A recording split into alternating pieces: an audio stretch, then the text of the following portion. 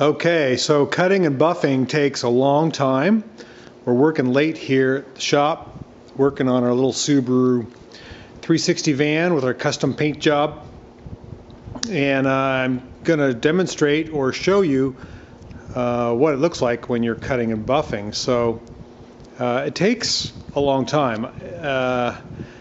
They say that good things in life are worth working for. Well, cutting and buffing is one of those things. So I painted this van, 2 years ago, Christmas.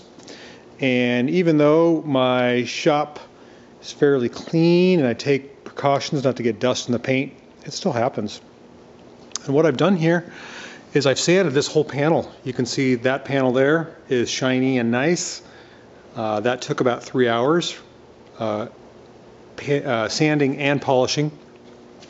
And I've got probably an hour and a half into this panel here. I've got it all flat. In other words, I'll try to show you. You can kind of, well, you can see the little bumps there. There's still a couple there. But this van has a very complex paint job. And I want to make sure I don't burn through. There's a body line right here. And you got to be careful when you're buffing that you don't hook that edge with your buffer, because you'll burn through on the high side. So I use my DA with a interface pad and some finishing film. I showed that last time. I've been using different increments of this 3M Hook It, which is a Velcro type backed pad. This is 1,000 grit. You can see the 1,000 on there. And I've been starting with 1,000.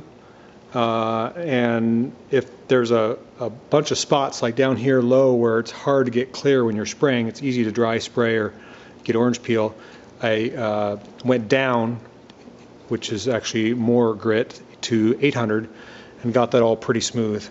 And then came back with 1,000, went over it, and now I'll go over it with 1,500. You can see right there, actually. You can see those little bumps?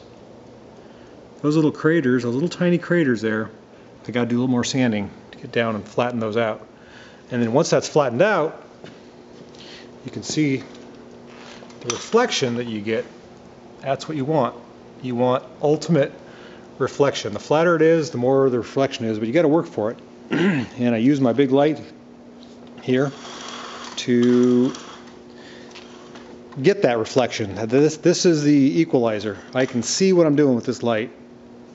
In the shop with the normal fluorescent lights, you can't really see what you're doing.